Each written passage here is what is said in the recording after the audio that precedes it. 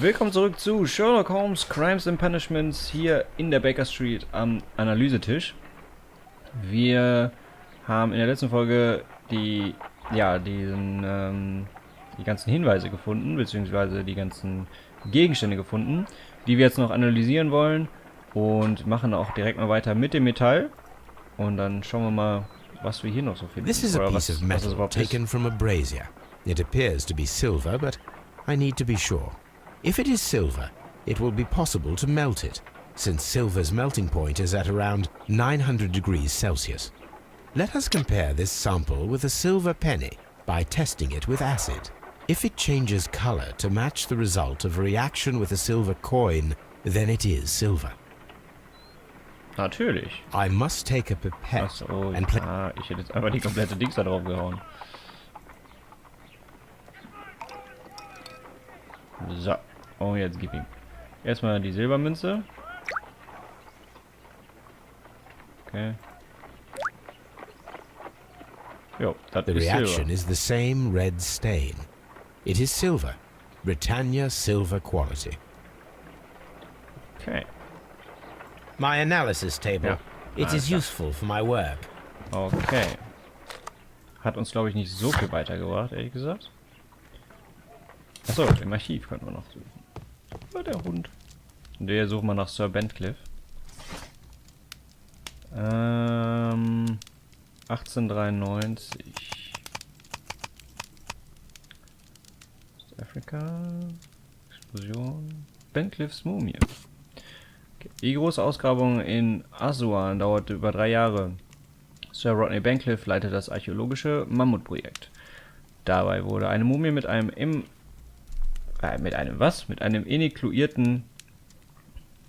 enukleierten, keine Ahnung was das ist, Auge in seltsamer Körperstellung entdeckt. Die rechte Hand war ausgestreckt, als ob die Mumie nach etwas greifen wollte. Sie war zudem ungewöhnlicherweise stehend begraben worden. Aufgrund dieser Besonderheiten wurde sie die verzweifelte Mumie genannt. Am Fundort gab es auch eine lateinische Inschrift. Durch das Auge wurde er bestraft, denn er sah, dass er nicht würdig war. Man nimmt an, dass es sich um keine ägyptische, sondern altrömische Mumie handelt, da einige der Symbole in der Grabkammer eindeutig dem Mithras-Kult zugeordnet werden könnte. Dem wurde ja auch das rechte Auge durchgehauen und so quasi auch die rechte Hand ausgestreckt. Here it is. Das By ist the natürlich... eye he was punished, for he saw that he was not worthy. Dreadful. Genau. Das heißt, er wurde so umgebracht wie die Leiche, die er gefunden hat. On the sofa for the third time today. Well, don't be surprised if Watson sits on you again. Genau, du kleiner Hund. Okay, dann würde ich sagen, fahren wir nochmal wieder zu der Therme. Vielleicht können wir jetzt nochmal mit ein paar Leuten reden. Aber ich glaube eher nicht.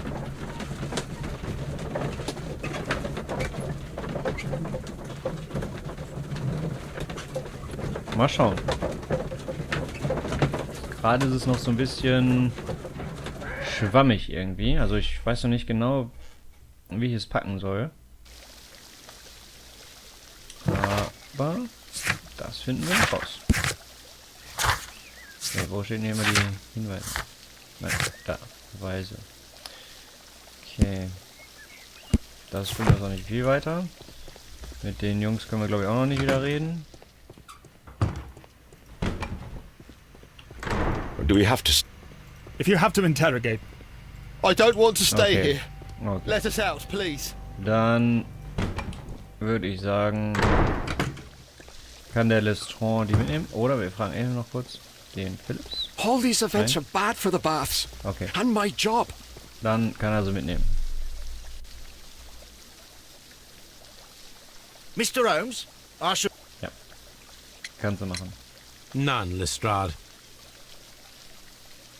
Okay, dann jetzt die Verdächtigen verhören. Okay, dann würde ich sagen, fahren wir zu Scotland Yard und verhören da die Verdächtigen. Und schauen mal, was die zu sagen haben.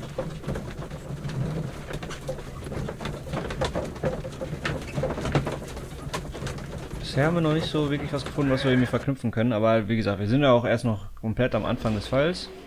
Ja, du siehst auch nicht ganz so gut aus, Kollege. Okay, dann schauen wir uns jetzt erstmal die persönlichen Gegenstände an. Oh, was war das?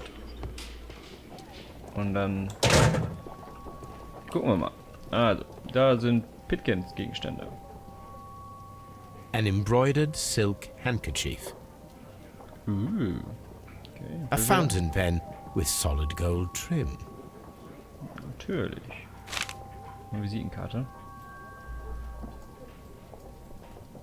Hey, dreh. So. Sir Gregory Pitkin's visiting card. Okay. Also nicht wirklich was. Garrow. When Garrow found Sir Rodney dead, he wiped the blood upon himself. Medikamentenfläschchen. A phial with herbs. Do you know what it is, my dear fellow? It's the St. John's wort flower, Holmes. It's commonly used as a drug against melancholia. However, an overdosage might lead to a rash or even hallucinations. Okay. Aber die Leiche hat ja keinen Ausschlag oder so. Ein Brief von Pitkin. Sir Gregory Pitkin an Mr. Blinkhorn. Geehrter Mr. Blinkhorn, die Interessen, die ich vertrete, machen es erforderlich, dass sich die Situation in den Thermen bessert. Im Moment stehen die Ausgrabungsarbeiten im Abkühlraum unter Ihrer Kontrolle. Es gibt jedoch keinen nennenswerten Fortschritt. Es ist Ihnen nicht gelungen, irgendwas von Wert zu finden, und wir können den Abkühlraum weiterhin nicht der Öffentlichkeit zugänglich machen. Das Frigidarium ist ein wichtiges Mosaiksteinchen in dem Unterfangen, den Menschen heute das Erlebnis der römischen Thermen näher zu bringen. Aus diesem Grund bitte ich Sie dringendst, Ihre Arbeit innerhalb der nächsten 2 Monate abzuschließen. Das sollte genug Zeit für Sie sein, Ihre archäologischen Forschungen in den Thermen zu beenden und einen anderen Ort für Ihre Unternehmung zu finden. Okay, das heißt, der Direktor fand das gar nicht so witzig, dass er An ordinary pencil. da sucht. Dann gucken wir uns mal die Bandclip-Sachen an. This ring was most likely the one that Sir Rodney wore. He removed it before entering the steam room. Okay.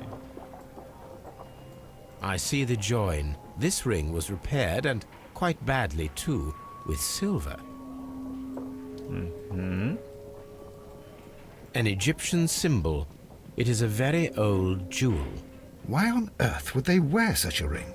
A very pertinent question. Okay. Dann haben wir noch ein Notizbuch. Rodney Bentcliffe's notebook. It may contain something of interest. Das ist eine herausgerissene The last Seite. pages were torn out. We must find a way of retrieving Sir Rodney's last lines. Watson, please prevent anyone from entering the room. But first, fetch me a pencil. Ha, wir rubbeln das jetzt To oder begin so. with, a few strokes of the pencil will be enough. I don't want to damage the traces. Okay.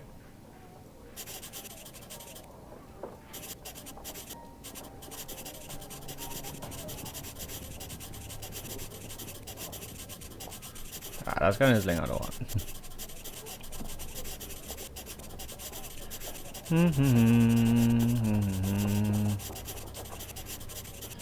Lalala.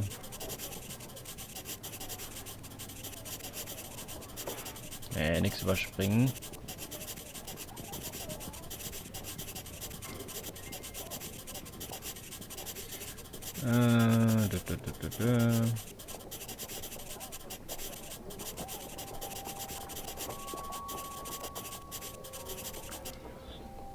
Heute habe ich ihm And then to gently smudge the leftover pencil marks with a handkerchief. Natürlich. I'm sure that Watson won't mind if I use his.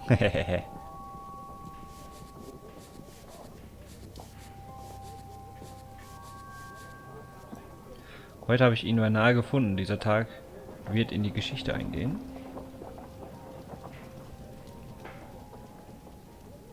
Mr. Holmes, the coroner... But what are you doing? Tampering with the evidence? I prefer to make them talk. Today, I almost found it. This date will go down in history. Sir Rodney was about to make an outstanding discovery. Wonderful. I could retrieve only the final words. The rest of it is lost. Perhaps the autopsy will assist us in that matter. I'm not sure that I can allow you to inspect the body now. I am sure that you must, Constable. Well, Du kleiner Lowbob, ey. Achso, okay. Bericht des Gerichtsmediziners. Der rechte Augapfel wurde von einem Gegenstand mit einer gebogenen Klinge vollständig durchstoßen und ist aufgeplatzt. Geil. Die Klinge hat die Orbita auf Höhe des Stirnbeins durchstoßen und ist in den dahinterliegenden Frontallappen und das Corpus callosum vorgestoßen, um schließlich im Kleinhirn zu enden, wo sie hämorrhagische Wunden verursacht hat. Ah ja. All diese Verletzungen haben zum direkten Tod der untersuchten Person geführt. Im Oberlappen der rechten Lunge befindet sich eine alte Verletzung, die mit Mukus und Ablagerungen gefüllt ist. Dies kann auf eine chronische Infektion durch Stoffe zurückgehen, die wahrscheinlich in einer Grabkammer eingeatmet wurden.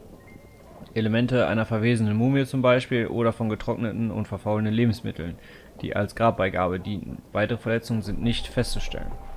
Okay. Okay. Aber da haben wir noch ein paar. Haben wir noch A hand-drawn map. eine Karte und hier ist eine Münze. Sieht auch irgendwie sehr... An old and rather dirty coin. alles eingesackt. Ganze Beweise, die nehmen wir alle mit. Okay. Sind die Gände abgeschlossen? Kommen wir hier runter? Weil da müsste die Leiche liegen. Ja, da ist sie sogar. Okay, hier machen wir auch nochmal auf. Wir machen das mal selber. According to the coroner, there were no cardiac problems nor lung congestion, but there were traces of fungus, possibly contracted from the Egyptian tombs. Okay. The coroner observed no stomach nor liver disease, if we're to accept that Sir Rodney was an occasional drinker and 63 years of age. Okay, aber sein... An unusual wound, inflicted by a curved knife, which resulted in instant death, as the coroner's report says. Okay, wir haben neue Hinweise, die wir verbinden können. Yo. Tja. Aber was? Champagner. Champagner und sehr flüssiges Blut? Nein. Letzte Runde? Nein. Champagner ist es nicht. Gestohlene Notizen. Rechtzeitiges Auftauchen. Nein. Das ist es auch nicht. Ja, was können wir denn dann? Kohlebecken, seltsame Wunde. Ah, natürlich.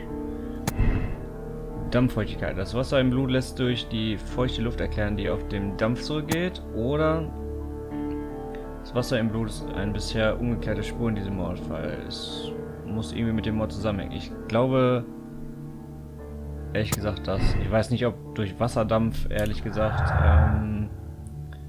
ja, wirklich, ja,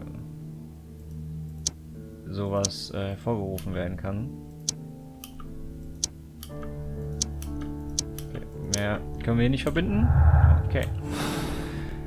Weil ich glaube nicht, dass wirklich der Wasserdampf von dem, ne, sag mal schnell, von der Sauna wirklich, ja, die Zusammensetzung des Blutes verändert. Some light bruising caused by a rope. Patsch. Entschuldigung. The bruising is in lines. They were caused by a rope around the waist. Sir Rodney was descending somewhere.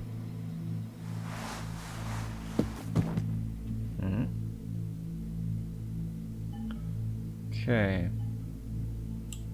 Gut, dann würde ich mal sagen, gehen wir mal die Verdächtigen befragen. Na, Dude?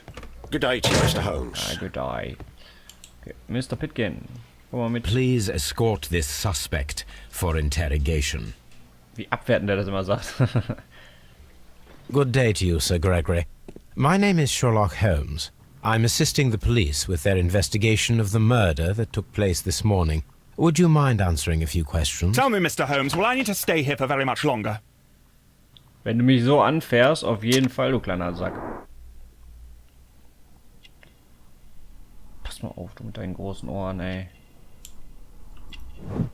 Ja, arroganter Ausdruck, den habe ich schon lieb, ey.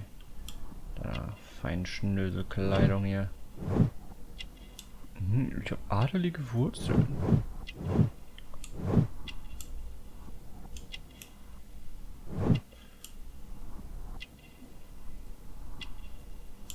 Was gibt denn hier noch? Was habe ich übersehen? Irgendwas habe ich übersehen.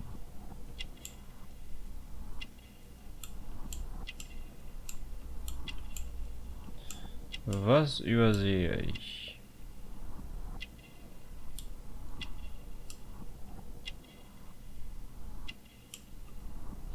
Was übersehe ich?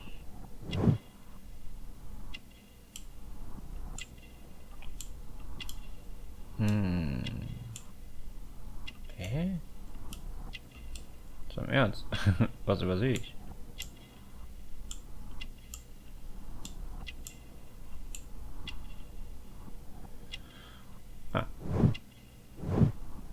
Geringschätzung.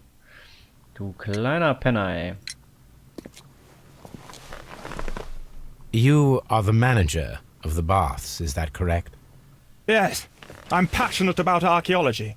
I wanted to restore the ruins. My ambition is to open the baths to the public. Living archaeology can be a profitable business, although now I'm not so sure. I see. When do you wish to begin using the baths? When the archaeological researches are over, I will be free to complete the restoration. It is the usual process. What was your relationship with Sir Rodney Bentcliffe? You were not particularly close. He had an unpleasant temperament. Suspicious, authoritarian, unkind.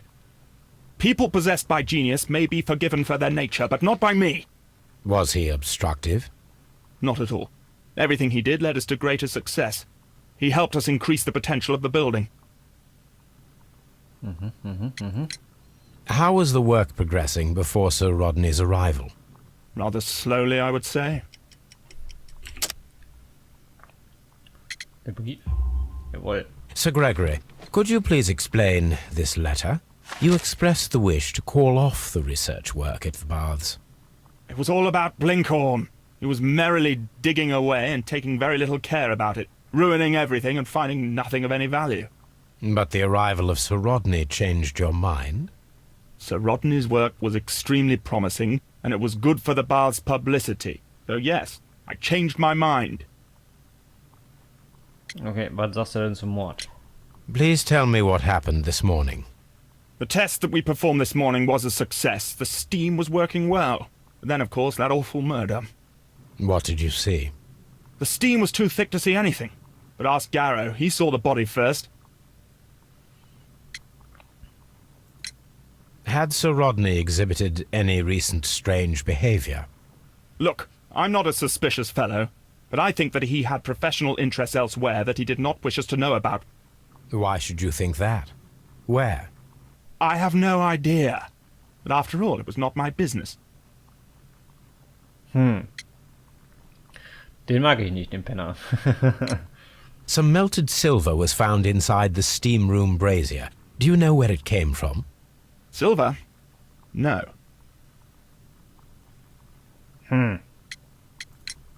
Are you aware that Mr. Garrow is under a form of medication? Garrow? No. But I never liked that parasite. Do you believe him to be capable of murder? Well, he did have blood on him. Does that make him a murderer? Ja, genau, klar, natürlich. Nur wenn man in Blut getränkt ist oder Blut auf seiner Kleidung hat, ist man sofort der Mörder. Auf jeden Fall. Did you bring a bottle of champagne to the baths? Absolutely not. Sir Rodney did, I think.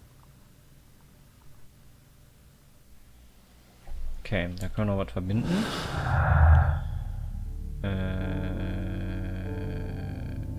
Pitkins Pläne.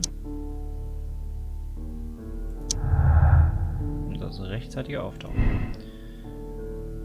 Blinkhorns Arbeit wurde durch das Eingreifen von Sir Rodney gerettet, doch das ging sehr zu Kosten seiner Moral. Ja. Blinkhorns Arbeit wurde durch das Eingreifen von Sir Rodney gerettet. Er war sehr dankbar dafür, dass er mit Sir Rodney zusammenarbeiten konnte. Das kann ich so noch gar nicht beantworten. Weil ich habe noch nicht mit denen gesprochen, aber ich glaube eher, dass das mehr so eine Demütigung ist, oder? Weil wenn du vorher so einen Brief kassierst von wegen, ey, mach das mal, mach dass das aufhört. Und dann kommt so ein anderer Dude und auf einmal soll das alles weitergemacht werden. Das ist, glaube ich, schon ein ziemlicher Schlag in die Fresse. Ja, aber ich glaube, als nächstes werden wir mal mit dem Blinkhorn reden, um festzustellen, was genau er da, ja, wie genau er dazu steht. Ich bedanke mich auf jeden Fall fürs Zuschauen. Wir sehen uns dann in der nächsten Folge von Sherlock Holmes Crimes and Punishments wieder. Bis dahin, auf Wiedersehen.